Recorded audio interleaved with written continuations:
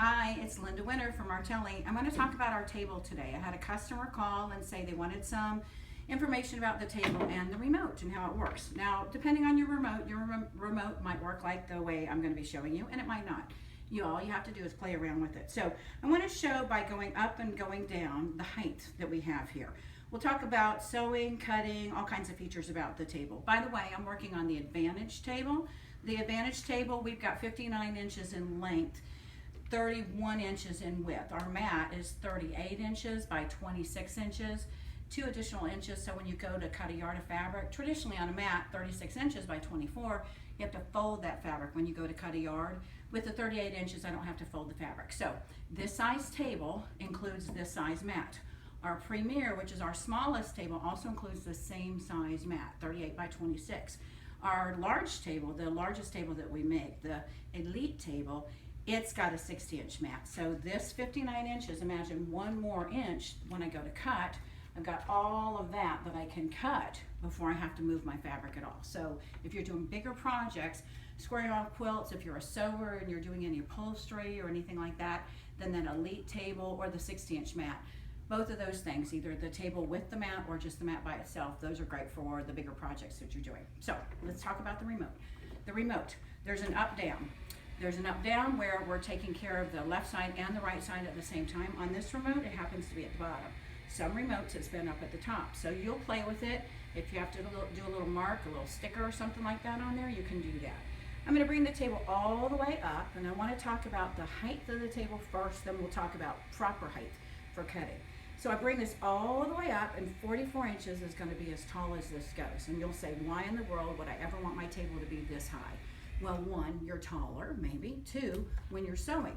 If I'm sewing over here, right now I've got my table flat. We'll talk about sewing positions, those kinds of things. But sewing standing up, believe it or not, it really is a great thing for your back, for your shoulders, for your neck. If you've got hip problems, all those things, sometimes changing the height of my table, standing up and sewing is a great way for you to do it. But 44 inches is all the way up. I'm going to go all the way down, 29 inches, all the way down. It's really about 29 and a half inches. If you need your table to be lower for kids, or you're shorter, or you like to have it a little bit lower, like your chair is maybe a little bit lower, I like a chair that goes up and down so I can change the height of my table and change the height of my chair as well. But if you want it down lower than the 29 inches, you can take the casters off. The casters are great for moving around. This is our 29 and a half inches. I'm going to bring the table up a little bit higher. And later on, I'll show you changing the angle of the table. We'll talk about that. But I want to first talk about cutting position, the right height for you to cut. The right height isn't a one size fits all. It's based on your height, but it's also based on the project that you're doing. So right about, in just a second, right about there is a really great height if I'm cutting here. So if I'm cutting here, this is great for me to push forward. Now I want to talk about body position. You guys have seen me, if you've watched any of my other videos, cutting from the shoulder. When I cut from the shoulder rather than the boob, you notice how my shoulder's up? That shoulder, it's an earring that I'm wearing. I don't want to do that. I want to go this way. Whether you're right-handed or left-handed, you're coming from your shoulder. So body position. This height right here is really great when I'm cutting here. But if I'm cutting across, I don't know if you can tell, but I'm moving my body, and I'm feeling also a little bit of tension in my shoulder. And then whatever this is down here, I feel that as well. I'm going to ask Heather to kind of come over here, and we're going to take a look at a ruler. If you're used to our rotary cutters and our rulers, then you know cutting along the edge. Any rotary cutter, though, when we cut along the edge right about here, I can feel my body changing a little bit, and then I have to move my body. We're going to talk, instead of cutting straight up, the advantage of the table going at an angle. So I'm going to change the angle. And Heather, I don't know if you can see all of this. I want to cut, and when I cut now, maybe scoot back even a little bit. When I cut all the way up, I'm not changing my body position. I don't have to move my shoulder. I'm not feeling any of that pain when I go to cut up. So we're going to change the angle of the table when we cut. If we're cutting and cutting and cutting, now I'm going to use my table remote, and again on this remote I'm changing this position, and we're going to bring this down some. The beauty of our tools is that we can cut standing or sitting. Every other ruler, every other rotary cutter that's out there on the market, they'll tell you stand when you're cutting, and I'll say not necessarily. If you've got back pain, hip pain, shoulder pain, all of those pains, sitting and cutting up. I want you to look at the table, and Heather, if you'd kind of take in the whole table and show the sewing machine sitting on the table as well. When I've got my angle, my table angle like this, the ruler is staying.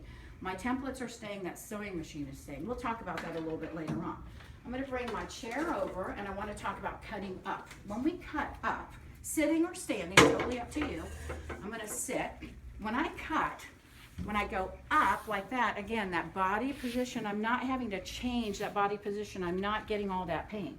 When I go to cut and I go to cut, cutting from the shoulder, and this ruler is staying. So I'm going to grab some fabric, this little guy here, and you'll notice when I cut, that ruler stays with the template. When I cut, and I cut, and I cut, that's going to stay. I'm going to grab my squares. I like to talk about how we use the rulers, when we use the ruler versus when we use the squares. If you've got scraps, then using the squares is the way to go. If you've got yardage, then using the ruler is the way to go. But do you see how this stays with this?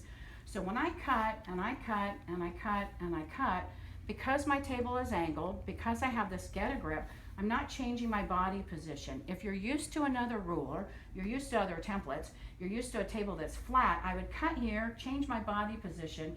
Maybe when you're cutting along that edge, you're cutting along the edge, but maybe not. I know when I've used the acrylics, they're doing this, I cut. When I go to cut here, I may put undue pressure on here and that moves. And you notice my fabric is moving too. With the get a grip, those stay together. So I cut, cut, cut, cut. I'm not going to take the time to cut because I know that you can go watch my other videos and you'll see me cutting. But the idea of cutting up, cutting up, cutting up, cutting up, that the fabric stays together and it's not going to be taxing on my body. A true ergonomic system. We made the rotary cutter ergonomic, rolling forward, cutting from your shoulder, and then we said, let's make an ergonomic system. The table, the templates, everything designed truly ergonomic. So when we cut, and we cut, and we cut, and we cut, we get exactly what it is that we want to cut. How many layers do you traditionally cut with a template that's acrylic? 1, 2, maybe 4. How many can you cut with this? 2, 4, 6, 8, 10, depending on the loft of the fabric, the type of the fabric. A traditional quilting cotton fabric, you can do 8, 10 layers when you're doing squares. So since we're talking about squares, I'm going to grab my fabric. Let's grab this. I don't have anything really pretty here, but I do have some fabric that I might want to fussy cut.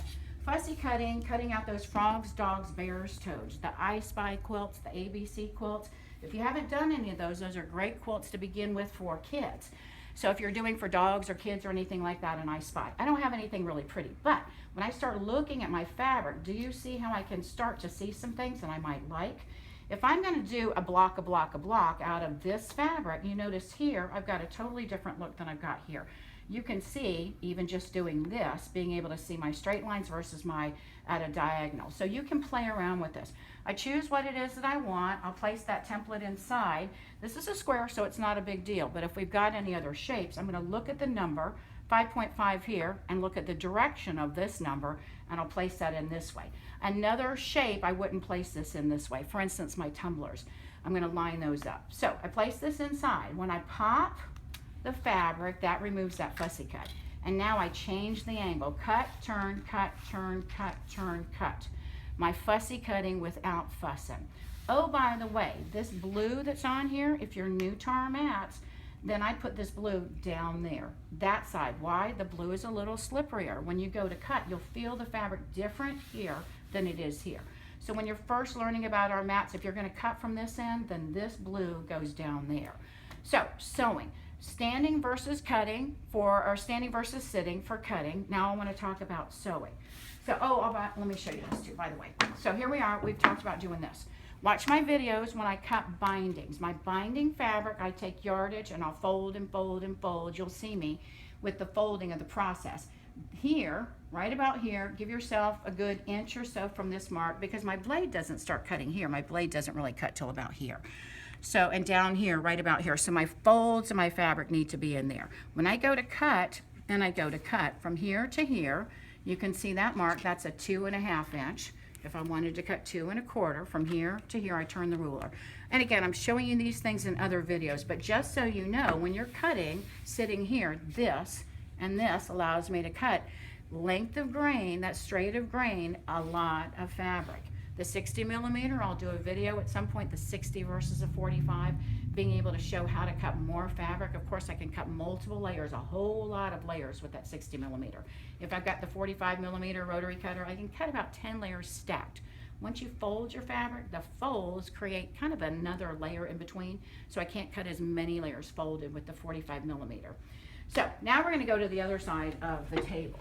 I'm going to bring my chair over there and we want to talk about sewing. Some of you may decide to sew on the table, or you may not, but it sure is nice that you have the option. So when I bring my table back, I'm going to bring my table first, and oh, by the way, when the table goes all the way up with your buttons, it will self-level. When you're going all the way down, it will self-level. Right now, I'm just changing this to make it straight. And again, I'm using the top button here. In a second, I'm going to bring this side down. When you're sewing at a sewing machine, let's talk about how we normally sew. And I mentioned, I'm going to go all the way up now. You're going to watch and see it self-level. And just a second, there we go. Do you see how it levels itself out? So we've got a self-leveling table.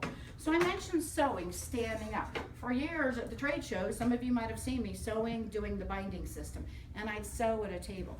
This is actually the right height if you're going to stand and sew. The right height, but I want to change the angle of the table. I'm at the sewing machine and my neck is hunched over for me to see what it is I'm doing. My neck is hunched over when I sew and sew and sew, whether I'm sewing, whether I'm free motion quilting, my neck is hunched over. At some point you're going to start to feel some pain in your neck. So we're going to change the angle of the table. Let me get it going the right way. And I'm using this button here, again on this remote. Your remote might be a little bit different, but do you see the angle of the table? So now when I go to sew, my neck is no longer hunched over. I'm not doing this, now I can sew.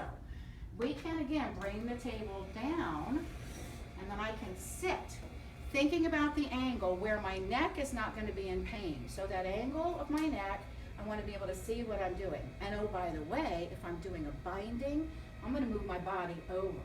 And in just a second, I'm almost at the right height. So right about here. All right, now did you notice that table end started going down? So I'm going to change that a little bit. So I mentioned doing bindings. If I'm doing a binding, I like to sit right here. I've got a leg straddled and a leg straddled on the leg of my table. Why? With bindings, I actually want to see from the left side to be able to see that my quilt is in that binding and my binding is nice and tight inside of there. Especially if you're doing the machine binding where you're doing front and back at the same time when you're buying that seam binding, that tape that's already done for you. So I would sew over here. If we're just sewing, I'm right here. So Heather, I want you to angle down for just a second and look at my foot. In the past, when you had a regular sewing machine foot down there, you'd be doing the where is that stupid thing. Here you can see I've got the get a grip. I'm pushing on the get a grip because I want you to see on carpet, towel, linoleum, wood, whatever your floor is, this is going to hold to the floor and it's going to hold. I'm trying to push that foot pedal away. Do you see how that's staying right there? So that's going to keep my foot pedal. You get this in whatever position you want. Place it wherever it is you like, and when you go to sew, that foot pedal is exactly where you want it to be. I don't want to be searching for where is that stupid thing. It's right where it's supposed to be. So when I sew and sew and sew, my machine is staying in position. This is the right angle for my neck, for my back. And why is the machine on the table? Because we have a get a grip here. The get a grip for our machine, I'm going to move the machine on the floor. The get a grip is just like the get a grip on the floor, except it's a little bit larger. There's get a grip on the bottom, get a grip on the top. This grabs the table and this grabs your sewing machine. If you've got one of our larger machines, one of those larger machines out there, which a lot of you do, those bigger machines, we do make this larger. And if you've got a unique situation, we'll customize this for you too. So the get a grip. Those of you that have embroidery machines, I'm going to give you a little cheater technique of what to do if you have this. Put yourself a big X on here, a big plus I should say. That plus with a Sharpie, magic marker, whatever it is that's permanent, when you go to hoop, instead of your hoop being on a table and moving, especially when you're trying to line something up like a pocket, when you've got that plus on top of here, now when you lay that hoop out, you mark those, match those up with those marks, and when you go to press down on there, man, is that perfect. The other thing I like to do with any get a grip, it can be any template, any ruler, anything at all that has a get a grip, is buttons. Most of you guys don't do the button covers, but they're kind of fun to do. They sell them, the little buttons that are silver, and they've got the button cap. You're practicing some embroidery designs and you've got some stitch outs left over. You've maybe got some fabric that has some embroidered designs or has the frog, dog, bear, toad. When you place that on top of here, I'm going to use this for instance, when you go to or go to press that in, those button covers, you're gonna get exactly what it is that you want to get perfectly centered. The little pillowcase dresses that I have the template for, buttons really add a nice little touch, and it doesn't take a whole lot of time. If I want those buttons to be perfectly centered, place it on here. That Get a Grip material, boy does it grab. So we've got our table. The table at an angle, depending on what way you want it to go. I'm gonna talk about a few more things, the casters. So I'm gonna bring my table all the way up. And I don't know if my casters are gonna turn, but I'm hoping they will. So yeah, you can see, Heather, do you see my table just turn? Oh my God, my table turned. Yeah, it's supposed to. Those are the casters going in the opposite direction. And you can see when I bring this table up, there's no reason we'd ever go this high down here because I can't cut from this side. We're cutting from the side where the mat is closest to the edge. And I'm never gonna have my sewing machine at that position, but I wanted you to see how the casters turn. The other thing too is our casters have locks on two sides, and I'm gonna ask Heather to come over on this side, and we'll see that there's locks. Here's a lock here, and here's a lock here. If you're putting your table together, I want you to think about putting the locks on the right side. The right side is where we have the T-square ruler. Now the T-square ruler is on the Advantage. That's the size table I have here. It's our middle size. And it's also on the Elite. So right here. That's the side that if we're working with our T-square, cutting your 45 or 60 degree angles, whatever it is that you're doing, that sits in here, but it's also the working side. I want to be able to reach to lock those in. The casters are great to leave open when this is a cart and I want to roll this thing around. This is a great cart to move around in your studio or in your sewing space. If you've got the space and you've got your sewing machine sitting on another table, what I like to do is to put this right by wherever it is that I'm sewing. My embroidery machine, for instance. When I have my embroidery machine going, I don't need to be there every single minute, but if I'm sewing or I'm cutting, I want to be nearby. What I like to do is put my table up to the height of my embroidery machine so that I can reach right over and do whatever I need to do. I need to stop because it's broken the thread or whatever it is. So I've got it the same height. So use this table as a table. Use it as a cart. That's the beauty of this table. It will hold 700 pounds. But when I don't want my table to turn, then I want to lock it in. So the locks. I've got a lock. Let's see if I can turn this so we can see. This guy here, right now it's open so that it's a cart. But when I lock this down, that's locked in place. You can see how that's locked in place. And I would do the same thing over on the other one when I don't want this to move. All right, so I want to go back to the height again on the table. I'm going to unlock this. And I want to talk about the proper height. And then I think I've covered everything that I want to. Who knows? I may think of something else, and if I do, I'll put it in the notes. So my table height, when you're cutting and cutting and cutting, I kind of talked about the angle of the ruler. When I'm cutting across or I'm cutting down here, I showed changing the angle of the table. But if I'm cutting and cutting and cutting right here, again, whether I'm left-handed or right-handed, you can see my elbow is bent. Instead of doing this, pushing down, my elbow bent, that's kind of the height. My fabric should be right around here when I'm cutting here. But when I'm cutting across, when I'm going further across, again, I'm changing the body position. I'm having to move that. So I want you to put the table down a little bit lower. So if we're cutting length, whether we're on that end or we're on this end, we've changed the angle of the table to go this way and to go this way because we want to take advantage of the length. But if I'm working here and I don't want to sit down here, this height now, when I go to cut, I've got a better height. And I can even go a little bit lower too. When I'm cutting here, I'm not having to move my body as much to take advantage of the length. So think about the height of the table. Oh, by the way, our rotary cutter, with the design of the cutter, I can be sitting at a table this high and my wrist doesn't move. I can have a table this low and my wrist doesn't move. It's the same position. So the way our rotary cutter is designed, whether the table is up too high or too low, if you don't have one of our tables, then that rotary cutter design, right-handed, here, left-handed, whether my table is up here, that position of my hand is exactly the same. So I said, if you don't have one of our tables, if you want one of our tables, how do you get one of our tables?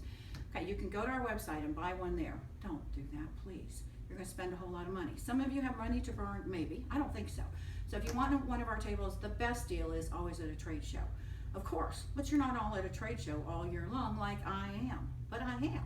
So if you want one of our tables, pick up the phone and call me. I'll put my information on the screen. I'll give you the show price. We do a show price. Some of you have been to the show and you know all the great stuff that we get with it. You get, when you buy at the trade shows, you get all the squares, all the circles, all the triangles, all the fussies, 2.5 inches to 9.5 inches. This guy here that I had was a 5.5 inch. Who knows where it is? There it is. So imagine 2.5, 3.5, 4.5, 5.5, 6.5, 7.5, 8.5, 9.5 with the fussies, with the squares. Same thing with the triangles, the circles, 2.5 to 9.5. You get our no slip strip ruler, my favorite tool in all the world that I said when it first came out. I'm not using that ruler. It's not see-through. It's my favorite tool in the world. So go watch my videos on why you don't need to see through this ruler. We have a 1/2 inch ruler, you have a T-square ruler. So all of that stuff comes with it. You get a rotary cutter, you get a pack of blades. If you have our 45mm, then get the 60 and a 2-pack of blades with it. If you have our old rotary cutter, then trade in for the new rotary cutter. It's $12.50 when you buy it separately, and then go with that 60mm. So we give you a whole bunch of stuff with it. The electric, it's not hydraulic. Hydraulics are gonna leak on you. I've got a hydraulic chair. Ask me how I know about leaking. I'm sitting like a little kid staring up at my computer because my chair scoots down on me. So electric, you get the electric. The electric alone, when you buy the table, is $999. You get the casters as well. So we give you a nice little bundle. And when you buy at the show, or pick up the phone and call me or send me an email, anything else you want, the Get a Grip machine pad, the Get a Grip foot pad, you can get it 50% off. We've got a whole bunch of other really cool stuff. Hopefully this has given you a little bit of information for those of you that have our table. Send me your email, send me your questions if there's anything else you'd like me to tell you about. If you haven't seen our table before, there's a whole lot more that I'll show you and that the reps will show you at the trade shows. So if you get to go to one of our trade shows, wonderful, go watch for the demo. The T-square ruler, I think we have a video on the T-square ruler already, but if you want another one, send me an email, put a request out there, and I'll film one as well. And let me know what you think about this. Let me know how you like our other tools too. I'd love to hear from you. Go look at my Facebook. I'm doing a contest every single month. Go watch my other videos. Let me know what kind of additional information you'd like and what other videos you want. Thanks for watching. We'd love to hear from you.